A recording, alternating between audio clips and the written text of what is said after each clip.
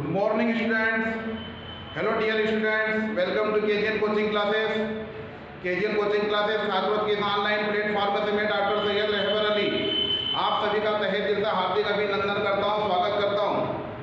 Dear students, आज की इस लेक्चर में हम कक्षा 12वीं फिजिक्स एनसीईआरटी के अध्याय 9 किरण प्रकाशिकी एवं प्रकाशीय यंत्र अर्थात ray optics and optical instrument में हम एक बहुत ही महत्वपूर्ण टॉपिक अर्थात टेरिस्टेरियल टेलीस्कोप अर्थात पार्थिव दूरदर्शी पर चर्चा करेंगे।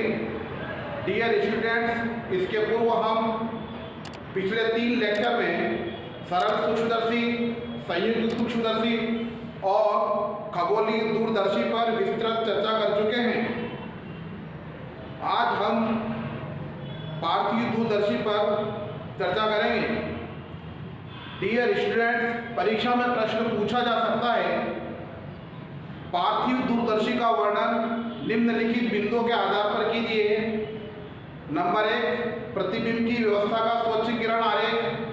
नंबर 2, आवर्धन क्षमता की गणना जबकि प्रतिबिंब ए स्पष्ट दृष्टि की न्यूनतम दूरी पर बने, बी जबकि प्रतिबिंब अनंत पर बने।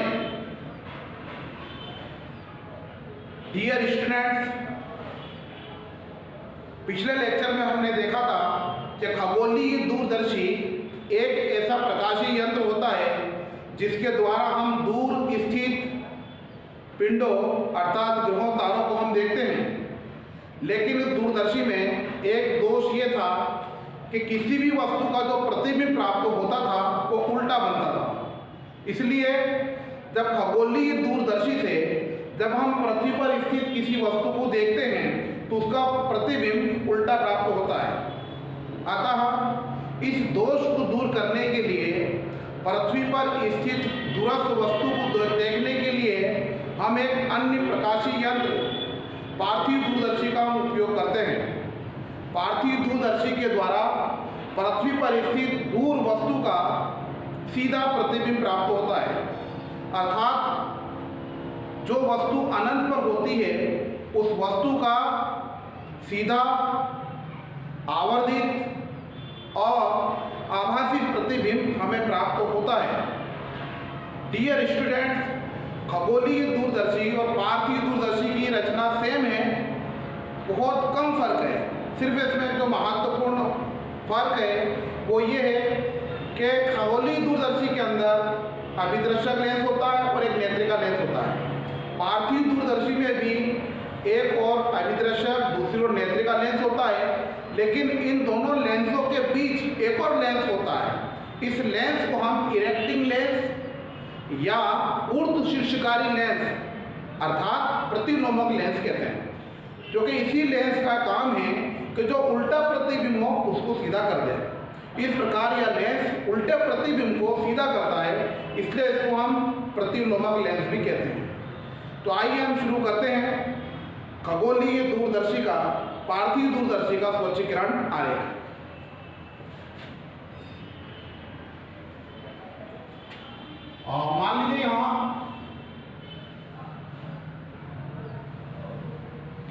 मान लीजिए वो अभिदर्शक है, क्योंकि हम जानते हैं जो लेंस वस्तु की ओर होता है उसको हम अभिदर्शक लेंस कहते हैं।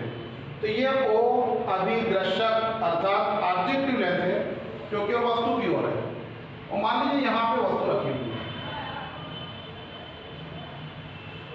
हम जानते हैं यहाँ से किरणें चलती हैं और चूंकि अनंत से किरणें समांतर आती हैं तो ये किरणें चली और लेंस पर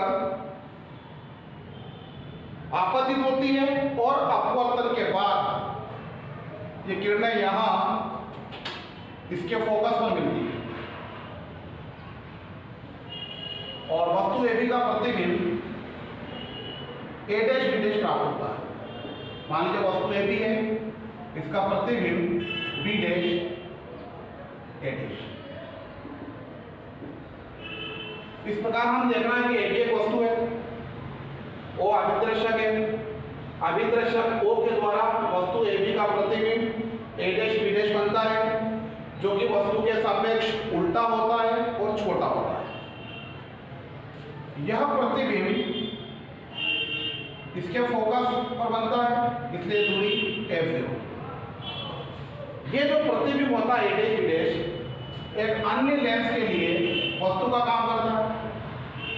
इस लेंस को हम इरेक्टिंग लेंस अर्थात ऊर्ध्व शीर्षकारी लेंस या प्रतिलोमक लेंस कहते हैं। तो यहाँ से किरणें चलेगी, यहाँ गई, और इस प्रकार हम देखते हैं कि ये जो ऊर्ध्व शीर्षकारी लेंस यानी प्रतिलोमक लेंस है, इस उल्टे प्रतिबिंब को सीधा कर देता है। तो a' का प्रतिबिंब बनता है a' b'। बात सबके समझ में आ रही है? यहाँ तक समझ में आया? देखिए, ए बी वस्तु है, वो अभिदर्शक है। वस्तु ए बी का प्रतिबिंब अभिदर्शक के द्वारा a' b' बनता है, जो कि वस्तु के सापेक्ष उल्टा होता है और छोटा होता है। a' b' प्रतिलोमक लेंस L के लिए वस्तु का काम करता है, और इस प्रकार a' b' का प्रतिबिंब a'' b' बनता है। इन दोनों के बीच की दूरी 2f होती है, ये 2f, और यहाँ से यहाँ तक की दूरी भी 2f। a' b' इससे आगे एक और लेंस होता है जिसको हम नेत्रिका लेंस कहते हैं, क्योंकि इस ओर हमारी आंख होती है जिसको बोलते हैं नेत्रिका।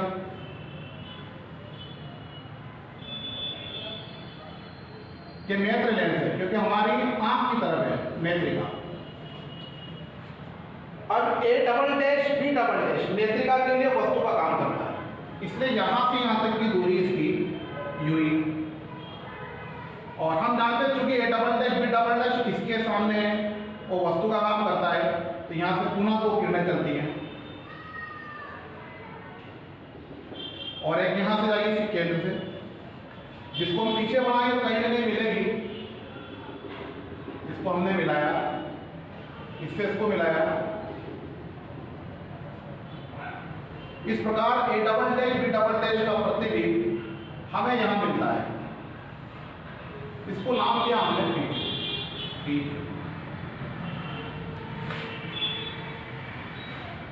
और यहां हमारी आंख है,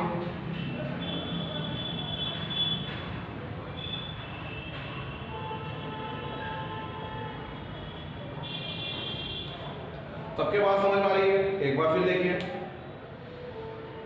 ओ अभिदर्शक है क्योंकि वस्तु की ओर है, ई नेत्रिका है क्योंकि हमारी आंख की तरफ है, ए प्रतिलोमक लेंस है क्योंकि उल्टे प्रतिबिंब को सीधा करता है, ए भी वस्तु है, अनंत पर रखी है, दूर है। वस्तु ए बी का प्रतिबिंब अभिदर्शक O के द्वारा a' b' बनता है। a' b' प्रतिलोमक लेंस L के लिए वस्तु का काम करता है, और प्रतिलोमक लेंस a' b' का सीधा प्रतिबिंब a'' b' बनाता है। a'' b' नेत्रिका ई के लिए पुनः वस्तु का कार्य करता है, और नेत्रिका इसका अंतिम प्रतिबिंब स्पष्ट दृष्टि की न्यूनतम दूरी पर PQ बनाता है। इस प्रकार ये दूरी यहां से यहां तक की कहलाएगी D।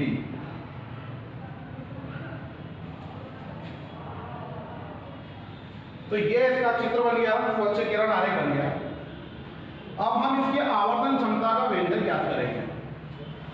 तो हम जानते हैं आवर्धन क्षमता का मतलब होगा मैग्नीफाइंग पावर, आवर्धन क्षमता। आवर्धन क्षमता का मतलब होता है अंतिम प्रतिबिंब द्वारा निर्मित दर्शन कोण और वस्तु द्वारा निर्मित दर्शन कोण के अनुपात को पार्थिव दूरदर्शी की आवर्धन क्षमता कहते हैं। इसको हम m से प्रदर्शित करते हैं, इसलिए हम लिख सकते हैं आवर्धन क्षमता बराबर अंतिम प्रतिबिंब द्वारा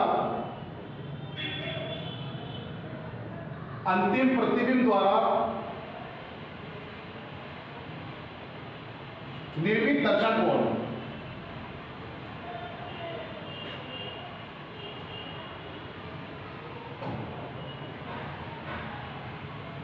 पूरे बटे वस्तु द्वारा निर्मित दर्शन कोण। अंतिम प्रतिबिंब द्वारा निर्मित दर्शन कोण और वस्तु द्वारा निर्मित दर्शन कोण। अर्थात अंतिम प्रतिबिंब द्वारा अंतरित कोण और वस्तु द्वारा अंतरित कोण के अनुपात को पार्थिव दूरदर्शी की आवर्धन क्षमता कहते हैं, एम से प्रदर्शित करते हैं। तो हम यहाँ लिख सकते हैं इसकी जगह एम। और चूंकि वस्तु दूर होती है इसलिए वस्तु के द्वारा नेत्रिका पर बने कोण को अभिदर्शक पर बने कोण के बराबर माना जा सकता है। तो माना कि वस्तु द्वारा अभिदर्शक के साथ बना कोण ये दर्शन कोण अल्फा है, तो चूंकि ये अल्फा तो ये भी अल्फा होगा। और माना कि प्रतिबिंब द्वारा नेत्रिका से बना कोण बीटा है, इसको नाम दिया हमने बीटा। इस प्रकार आवर्धन क्षमता का मतलब होगा अंतिम प्रतिबिंब द्वारा निर्मित दर्शन कोण और वस्तु द्वारा निर्मित दर्शन कोण, अर्थात एम बराबर बीटा बटे अल्फा। अब चूंकि अल्फा एवं बीटा के मान कम है, चूंकि अल्फा बीटा के मान कम होते हैं, अतः अल्फा बराबर टेन अल्फा एवं बीटा बराबर टेन बीटा हम मान सकते हैं। चूंकि अल्फा और बीटा के मान बहुत कम है, अतः अल्फा बराबर टेन अल्फा और बीटा बराबर टेन बीटा लेने पर इसलिए ये बन जाएगा एम बराबर बीटा की जगह टेन बीटा और अल्फा की जगह टेन अल्फा। समीकरण नंबर 1। अब हम देख रहे हैं अल्फा यहाँ है तो A double dash O B dash में अल्फा निकालेंगे, और बीटा यहाँ है तो A double dash E B double dash में बीटा निकालेंगे। तो पहले हम बीटा का मान निकाल रहे हैं टेन बीटा का, तो त्रिभुज A double dash E B double dash में, तो यहाँ लिखेंगे त्रिभुज A double dash E B double dash में क्या निकाल रहे हैं टेन बीटा बराबर, हम जानते हैं टेन बीटा, तो टेन बीटा का मतलब क्या होता है लंब बटे आधार। तो लंब क्या है A double dash B double dash, आधार है ई बी डबल डैश, ये बन जाएगा टेन बीटा बराबर लंब A double dash B double dash बटे आधार E B double dash, E B double dash एवं त्रिभुज A double A dash O B dash में, A dash O B dash में हम जानते हैं A dash O B dash में अल्फा के सामने लंब होगा, तो टेन बीटा का मतलब होगा लंब बटे आधार, तो लंब चलेगा ए डैश बी डैश और आधार ओ बी डैश। तो लिखेंगे हम यहाँ टेन अल्फा बराबर लंब ए डैश बी डैश बटे आधार ओ बी डैश। अब ये जो टेन बीटा टेन अल्फा के मान आए हैं हम इसको एक में रखेंगे, तो समीकरण एक में टेन अल्फा और टेन बीटा के मान रखने पर, तो समीकरण एक में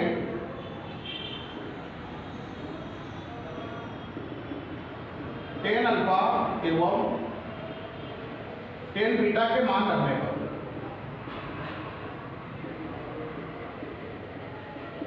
तो ये बन जाएगा एम बराबर टेन बीटा का मान क्या है A double dash B double dash upon E B double dash upon alpha का मान क्या है ए डैश बी डैश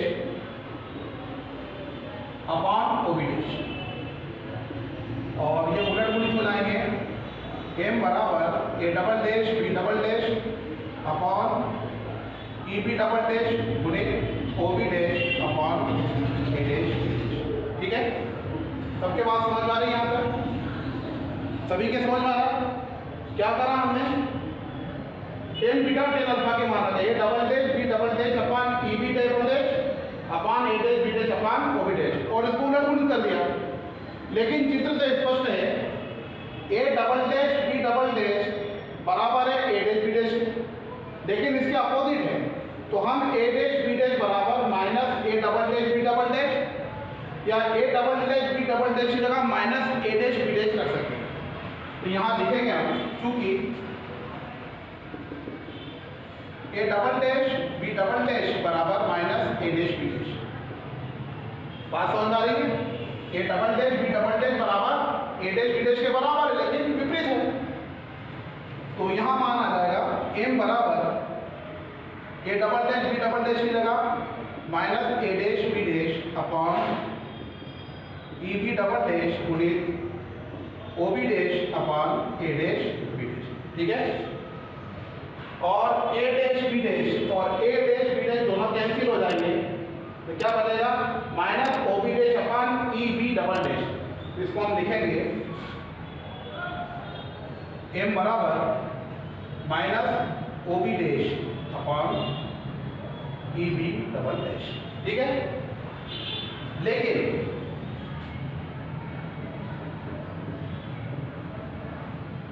हम जानते हैं बाय साइन कन्वेंशन अर्थात चिन्ह परिपाटी के अनुसार हम देख रहे हैं ओ बी डैश क्या है, ठीक है, ओ बी डैश है, ये दूरी कितनी है f0, तो हम लिखेंगे लेकिन ओ बी डैश बराबर f0, चाहे तुम लिख सकते हैं ए डैश बी डैश की अभिदर्शक से दूरी, ए डैश बी डैश की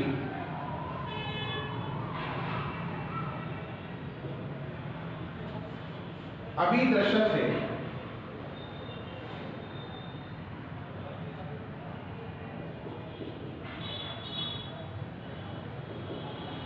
ए डैश बी डैश की दूरी, ठीक है, ए डैश बी डैश की अभिदर्शक से दूरी f0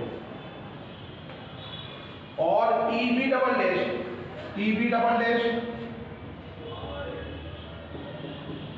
यूई क्या है, A double B double dash की नेत्रिका से दूरी, यहां लिख सकते हैं हम नेत्रिका से A double dash B double dash की दूरी, ठीक है। सबके पास समझ में आ रही है। OB का मतलब होगा FO और EB डैश का मतलब होगा UE, इसलिए ये बन जाएगा m बराबर OB डैश, तो OB डैश का मान क्या है f0 और ये चूंकि इस तरफ है इसलिए प्लस का f0 अपॉन UE चूंकि साइड में माइनस में लेफ्ट में इसलिए माइनस का लिखेंगे, तो माइनस की UE, ये बन जाएगा m बराबर FO अपॉन UE, और यही हमारी आवर्धन क्षमता का व्यंजक है। इसको हम समीकरण देते हैं, ठीक है। अब हम निकालेंगे आवर्धन क्षमता की गणना करेंगे जब प्रतिबिंब स्पष्ट दृष्टि की न्यूनतम दूरी पर बने, तो लिखेंगे हम स्थिति फर्स्ट, जब प्रतिबिंब स्पष्ट दृष्टि की न्यूनतम दूरी पर बने, न्यूनतम दूरी पर बने, इस स्थिति में नेत्रिका के लिए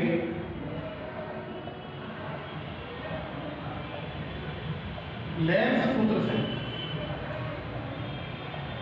देखिए, जब प्रतिबिंब स्पष्ट दृष्टि की न्यूनतम दूरी पर बने तब उस स्थिति में लेंस के लिए नेत्रिका के लिए लेंस सूत्र से हम जानते हैं 1/FE बराबर 1/VE माइनस 1/, ठीक है। लेकिन हम देख रहे हैं कि प्रतिबिंब बाईं तरफ बन रहा है और वस्तु भी बाईं तरफ है, हम लिखेंगे चूंकि VE बराबर माइनस की VE और UE बराबर माइनस के UE, तब हम यहाँ से मान रख देंगे, ये बन जाएगा 1/FE बराबर 1/VE माइनस का और UE माइनस का, ये बन जाएगा 1/FE बराबर minus 1/VE minus minus plus के। पुनः हम जानते हैं स्पष्ट दृष्टि की न्यूनतम दूरी पर VE बराबर D होता है, तो हम यहाँ लिखेंगे चूंकि VE बराबर D बराबर स्पष्ट दृष्टि की न्यूनतम दूरी, क्योंकि हम जानते हैं स्पष्ट दृष्टि की न्यूनतम दूरी पर VE बराबर D होता है, तो ये बन जाएगा 1/FE बराबर -1/D प्लस 1/V। V की जगह हमने रख दिया D। हमें मान बनाना है FO/UE, तो दोनों पक्षों में FO से गुणा करेंगे। तो दोनों पक्षों में FO से गुणा करने पर FO/FE बराबर FO/D प्लस FO/V। ठीक है, इसको आगे हल करेंगे। FO/FE plus FO/D is equal to FO/V, और यहाँ से FO कॉमन आ जाएगा, तो 1/FE plus 1/D is equal to FO/V।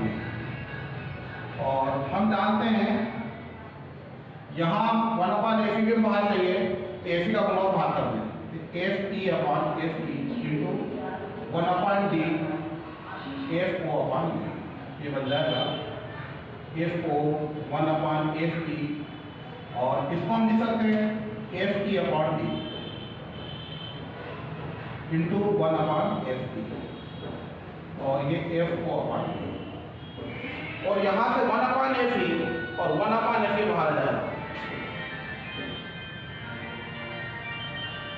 1/FE बाहर आ जाएगा, तो 1 प्लस FE/D,